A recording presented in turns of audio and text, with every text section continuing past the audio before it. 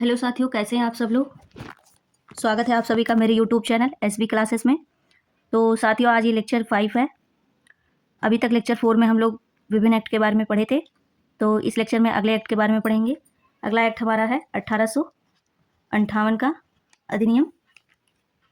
तो फ्रेंड्स, अगर मैं आपसे पूछूं कि भारत में वायसराय की शुरुआत किस एक्ट से हुई, या भारतीयों को पहली बार कानून बनाने की प्रक्रिया में कब शामिल किया गया, अगर ये दोनों प्रश्न नहीं आते तो आज का वीडियो आपके लिए है। ठीक है। अगले 15 मिनट में हम लोग 1858, 1861 और 1892 के तीनों एक्ट ट्रिक्स और पीवाईक्यू और एमसीक्यूज के साथ हमेशा के लिए याद हो जाएंगे। इस तरह से पढ़ेंगे। ठीक है, आपको पढ़ाया जाएगा। तो चलिए शुरू करते हैं हमारा लेक्चर 1858 का एक्ट। साथियों, आप लोग वीडियो को ज़्यादा देख नहीं रहे हैं। आप लोग क्यों नहीं देख रहे हैं, क्या सुझाव है या फिर कोई समस्या है, तो कमेंट बॉक्स में बताइए। अपना इंटरेक्शन मेरे साथ बनाए रखिए ताकि मुझे भी मोटिवेशन मिलता रहे। और आप लोग यकीन मानिए, आप लोगों को गलत ना पढ़ाया जा रहा है, ना ही कुछ इधर उधर से पढ़ाया जा रहा है। आपके सिलेबस और पीवाईक्यू के अनुसार ही पढ़ाया जा रहा है। किसी भी वनडे एग्जाम को ले लीजिए आप, यहीं से इस सब्जेक्ट से, पॉलिटी सब्जेक्ट से यहीं सबसे प्रश्न उठाए जाएंगे, यहीं से पूछे जाएंगे और कहीं से नहीं आएगा। ठीक है। और ये जो नोट्स आपको बताया जा रहा है, जो एक्सप्लेन मैं कर रही हूँ आपसे, उसको पढ़कर आप लोगों को बताने की आवश्यकता नहीं है। उससे सिलेक्शन हुआ है, उससे सिलेक्शन लिया गया है। एक एग्जाम नहीं, 9 एग्जाम क्वालिफाई किए गए हैं।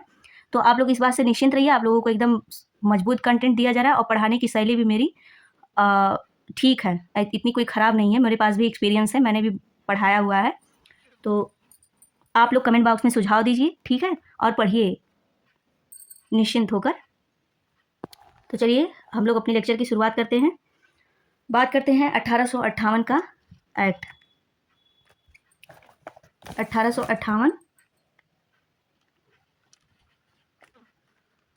1858 का अधिनियम।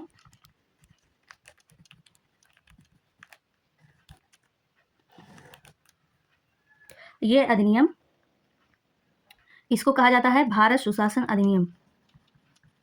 भारत सुशासन अधिनियम। ठीक है, इस एक्ट को भारत सुशासन अधिनियम भी कहा गया। चलिए इसकी स्टोरी के बारे में जान लेते हैं और कॉन्सेप्ट हम लोग समझते हुए चलेंगे। फिर उसके बाद ट्रिक पे आएंगे, फिर एमसीक्यू सॉल्व करेंगे, है ना। इस तरह से हमारे पढ़ाने का फॉर्मेशन होगा। और यही शैली एक अध्यापक का जो तरीका होता है, यही होता है पढ़ाने का, कि उसको उसी वीडियो लेक्चर में याद करा दे स्टूडेंट को, वही चीज़ लिखकर उसके सहूलियत के अनुसार। जरूरी नहीं है जो शब्द सीधे सीधे लिखा उसे वैसे ही रट्टा मारा जाए, नहीं, उसको तोड़ मरोड़ के अपने अपने दिमाग को उस स्तर तक ले जाकर उसको याद रखना हमारा मेन टारगेट है। याद हो जाए और कंसेप्ट क्लियर हो जाए, उसके इस टॉपिक के बारे में उससे कहीं भी डाउट ना रह जाए। इस तरह से पढ़ाने का प्रयास किया जा रहा है आप लोगों के साथ। तो आप लोग पढ़िए और जुड़े रहिए हमारे साथ। ठीक है, तो हम लोग बात करेंगे इस अधिनियम द्वारा ईस्ट इंडिया कंपनी को समाप्त कर दिया गया और ब्रिटिश क्राउन को जो ब्रिटिश क्राउन की समझ शक्तियाँ थी उसे हस्तांतरित किया गया। British crown Bharat east India company जो थी, ईस्ट इंडिया कंपनी की शक्तियाँ किसे ट्रांसफर कर दी गई? ब्रिटिश क्राउन को। ठीक है, ब्रिटिश क्राउन को हस्तांतरित कर दिया गया। और ये पहली जानकारी है।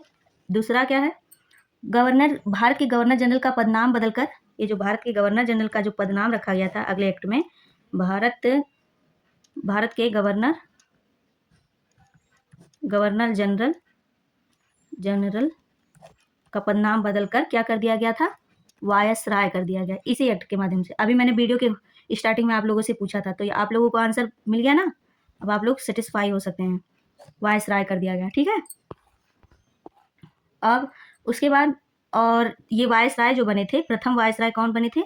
भारत के प्रथम, यहाँ लिख दे रहे हैं भारत के प्रथम वायसराय कौन थे? Lord Canning. लॉर्ड कैनिंग, है ना। ये प्रथम वायसराय बने। और क्या किया गया? नियंत्रण बोर्ड ऑफ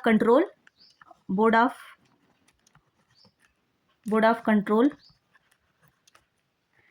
यहाँ पे ए लिख लीजिए, ए, बोर्ड ऑफ कंट्रोल और कोर्ट ऑफ डायरेक्टर्स को समाप्त कर दिया गया। कोर्ट ऑफ डायरेक्टर को समाप्त कर दिया गया।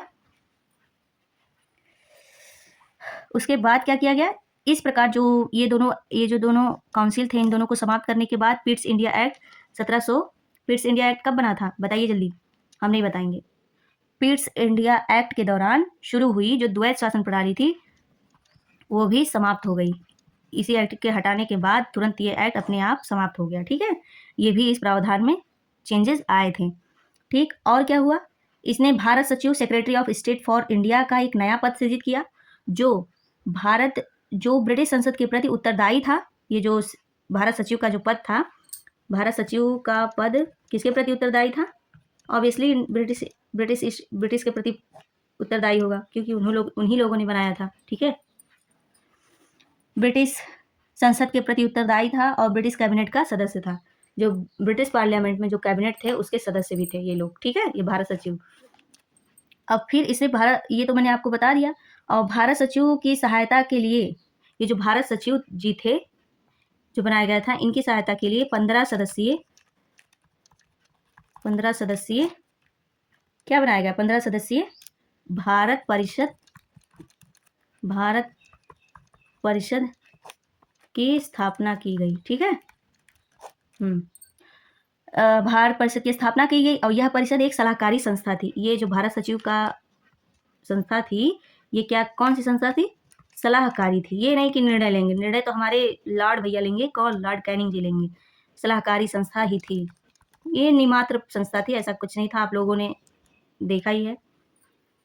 सारा बोलबाला अंग्रेजों का था, सारी चीज़ें उन्हीं की थी, हम लोग तो एक मोहरे थे, है ना। इसने काउंसिल में सेक्रेटरी ऑफ स्टेट को एक कॉर्पोरेट निकाय के रूप में गठित किया। ठीक है, इस काउंसिल में, और जो भारत और इंग्लैंड में मुकदमा कर सकता था, ये जो 15 सदस्यीय लोग थे ये मुकदमा कर सकते थे भारत और इंग्लैंड में, और उसके ऊपर भी मुकदमा किया जा सकता था। इन लोगों को ये शक्तियाँ प्रदान की गई थी ब्रिटिश संसद के द्वारा। तो आप लोग यहाँ तक जान चुके हैं, तो हम लोग चलते हैं, इसको याद भी कर लेते हैं तुरंत।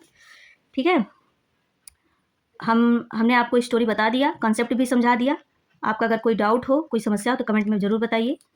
देखिए, ऑनलाइन टीचिंग है, व्हाइट बोर्ड की टीचिंग नहीं है, ऑफलाइन की, तुरंत सवाल तुरंत ही पूछ लिया जाए, लाइव भी तो नहीं है। तो इसका एक ही माध्यम है हमारे और आपके बीच का संवाद बना रहा है, वो है कमेंट सेक्शन। तो कमेंट करते रहिए। हम लोग ट्रिक बना रहे हैं, ट्रिक है 1858, एक मिनट, ये 1858 लिखा है, बराबर क्राउन रूल। इसको इरेज कर देते हैं, rule RULE।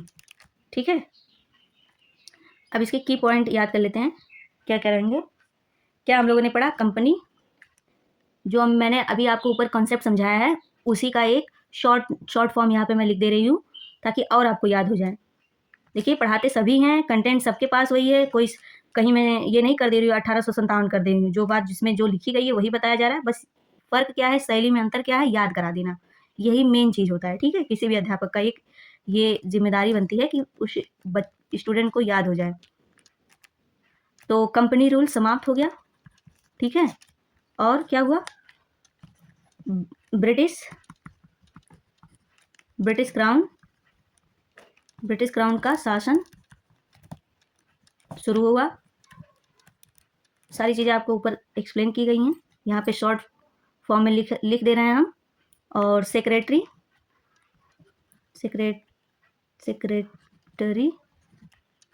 Of state for India बनाया गया। और क्या हुआ, गवर्नर जनरल क्या बन गया पद, नाम वायसराय बन गया। ठीक है, अब इसको एक लाइन में समअप कर लेते हैं। 1858 बराबर, यकीन मानिए आप लोग जब कमेंट बॉक्स में जो मैं प्रश्न पूछती हूँ अगर लिख देते हैं ना तो बहुत ही खुशी मिलती है। हाँ, लगता है कि मेरा पढ़ाना सार्थक हो रहा है, किसी एक ही स्टूडेंट के लिए हो तो रहा है, कम से कम इतने बात में ही तसल्ली मिल जाती है, लेकिन आप लोग कर ही नहीं रहे हैं। वायसराय, अगर आप लोगों का कोई सुझाव हो तो बताइए, आदेश मत दीजिएगा, इसका ख्याल रखिएगा। ठीक है, सेक्रेटरी, सुझाव चाहिए।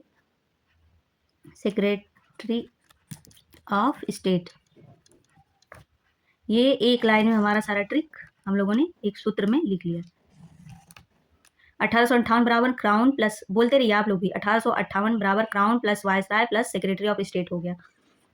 यही पूरा उस सारे कॉन्सेप्ट का, उस सारे कीवर्ड्स का वो है, समअप कर दिया गया यहाँ पे, ठीक है।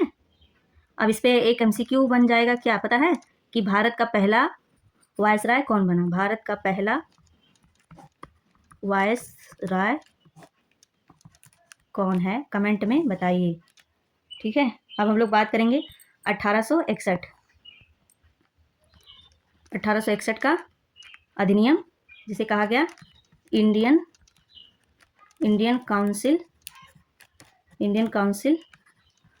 एक्ट, ठीक है।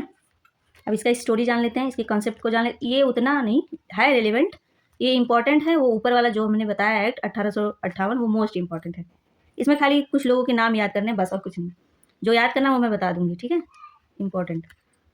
इसका बैकग्राउंड जान लेते हैं, कॉन्सेप्ट जान लेते हैं। मेनली इसका कॉन्सेप्ट ये है साथियों कि 1857 के बाद अंग्रेजों ने सोचा कि भारतीयों को पूरी तरह अलग रखना ठीक नहीं है ना। उनकी नीति में ये आया विचार, उनके पास आया कि भारतीयों को एकदम अलग थलग रखेंगे तो हम लोग यहाँ पे ज़्यादा दिन तक शासन नहीं कर पाएंगे, है ना।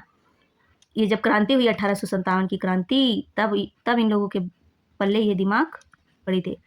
1858 की क्रांति के पहले, बाद में, सॉरी, ठीक है। तो सोचा अलग नहीं रख सकते, तो इसीलिए उन लोगों ने 1861 को शामिल किया। सीमित रूप में उन्होंने कानून बनाने की प्रक्रिया शामिल की, इंडियंस लोगों को शामिल किया, सीमित रूप में कानून बनाया, ठीक है। मेन कीवर्ड इसमें क्या है? 1861 में इन लोगों ने इंडियन काउंसिल एक्ट, मतलब इंडियन लोगों को इस एक्ट के तहत शामिल करना शुरू कर दिया। तो चलिए इसको ट्रिक बना लेते हैं। छोटा सा ट्रिक बनेगा कि 1861 में इंडियन लोग शामिल होते चले गए। इंडियन लोग इस एक्ट के माध्यम से आने शुरू हो गए इस पूरे प्रशासनिक कार्य में। इसके मुख्य बिंदु क्या क्या होंगे? ये जो इंडियन लोग शामिल किए गए थे ना, ज़्यादा लोग नहीं थे, सिर्फ 3 लोग, 3 भारतीयों को शामिल किया गया। 3 भारतीयों को शामिल किया गया, ठीक है, इस एक्ट के माध्यम से। किस एक्ट के? 1861 के एक्ट के माध्यम से 3 भारतीयों को शामिल किया गया। वो 3 भारतीय कौन हैं? हम नाम लिख दे रहे हैं। पहले कौन है? बनारस के राजा, दूसरे पटियाला के राजा, पटियाला के महाराजा हैं ये, ठीक है। तीसरे हैं हमारे स्वतंत्रता सेनानी सर दिनकर राव जी। इन 3 भारतीयों को 1861 के अधिनियम के तहत भारतीयों को जब शामिल किया गया तो इन्हीं तीनों लोगों को शामिल किया गया, ठीक है। यही 3 लोग मेनली ब्रिटिश कैबिनेट का सदस्य के हिस्सा बनने योग्य उन लोगों के हिसाब से थे, तो इसलिए उन लोगों ने इन्हें शामिल किया। और लॉर्ड कैनिंग ने कुछ भारतीयों को परिषद में शामिल कर लिया। तो ये भारतीय 3 लोग यही थे, इनका नाम आप लोग याद रखिए, ठीक है। और इस अधिनियम में क्या हुआ था? शामिल करने के बाद जो ये आपातकाल की स्थिति में जो वायसराय जो बनाया गया था, विधान परिषद की सहमति के बिना अध्यादेश जारी कर सकता था। ये शक्ति थी, मिली हुई थी, जो जारी होने की तारीख से 6 महीने तक वैध रह सकती थी, उसके पहले नहीं हटाया जा सकता था। और मेन पॉइंट क्या है इसमें, ये याद रखिए, पोर्टफोलियो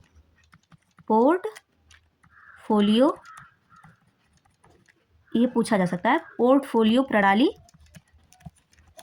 प्रणाली को मान्यता दी गई, है ना। और क्या किया गया जिससे ये जो मान्यता मिली ना पोर्टफोलियो प्रणाली को, जिससे 1859 में लॉर्ड कैनिंग द्वारा शुरू किया गया था। इसको 1859 में लॉर्ड कैनिंग के द्वारा शुरू किया गया। हाँ, उसके बाद वायसराय काउंसिल के एक सदस्य को एक या अधिक विभागों का प्रभारी बनाया गया और वह काउंसिल की ओर से स्वतंत्र रूप से निर्णय ले सकता था तथा आदेश जारी कर सकता था। यही पोर्टफोलियो था, पोर्टफोलियो का मतलब यही था। फिर से मैं बता दे रही हूँ, फिर से एक्सप्लेन कर दे रही हूँ, आप लोग याद रख लीजिए कि मान्यता दे दी गई 1859 में किसके द्वारा? लॉर्ड कैनिंग के द्वारा। और लॉर्ड कैनिंग ने ही शुरू किया क्या कि वायसराय काउंसिल के एक सदस्य को, जो ये वायसराय थे काउंसिल के एक सदस्य को एक या अधिक विभागों का प्रभारी बनाया गया, है ना, बनाया जाएगा, ये चीज़ तय हुई। और वह काउंसिल की ओर से स्वतंत्र रूप से निर्णय ले सकता है, ठीक है, उस पर कोई दबाव बाधा नहीं कोई डाल सकता है, तथा आदेश भी जारी कर सकता है। यही शक्तियाँ इस पोर्टफोलियो के माध्यम से दी गई थी। तो चलिए ये वीडियो हम लोग यहीं समाप्त करते हैं, ठीक है। और यहाँ तक अगर आप लोग देखे हैं मेरा लेक्चर तो बहुत बहुत धन्यवाद आपको, थैंक यू है। और साथियों आप लोग पूरा लेक्चर देखिए, मेरा भी मोटिवेशन बना रहेगा जिससे। और तो मैं तो पढ़ाती ही रहूँगी, अपनी शैली में दिन प्रतिदिन सुधार करती रहूँगी। और रही बात कंटेंट और नोट्स की, इसका कोई तोड़ नहीं है, ये मुझे अच्छी तरीके से पता है। जब ये नोट्स और कंटेंट सिलेक्शन ले सकता है, दिलवा सकता है, तो आप लोग भी इससे सिलेक्शन ले सकते हैं और हम आपको सिलेक्शन दिलवाने में पूरी मदद कर सकते हैं। हमारा प्रयास यही है कि आपको पास करवाना, सिलेक्शन दिलवाना। जीएस से संबंधित जितने भी टॉपिक हैं आपको उससे बाहर ना कहीं से आपको कहीं और जाने की ज़रूरत ना पड़े। इसी लेक्चर में और भी सब्जेक्ट बताए जाएंगे। पहले हम लोग पॉलिटी की सीरीज पूरी कवर कर लेंगे ताकि एक सब्जेक्ट खत्म हो जाए, अगले सब्जेक्ट की ओर बढ़ेंगे, ठीक है। तो चलिए मिलते हैं नेक्स्ट लेक्चर में। अपना ध्यान रखिए, ख्याल रखिए और अपने पढ़ाई को पूर्ण रूप से जारी रखिए, बंद मत रखिए, कंफर्ट जोन से बाहर आइए, ठीक है। धन्यवाद।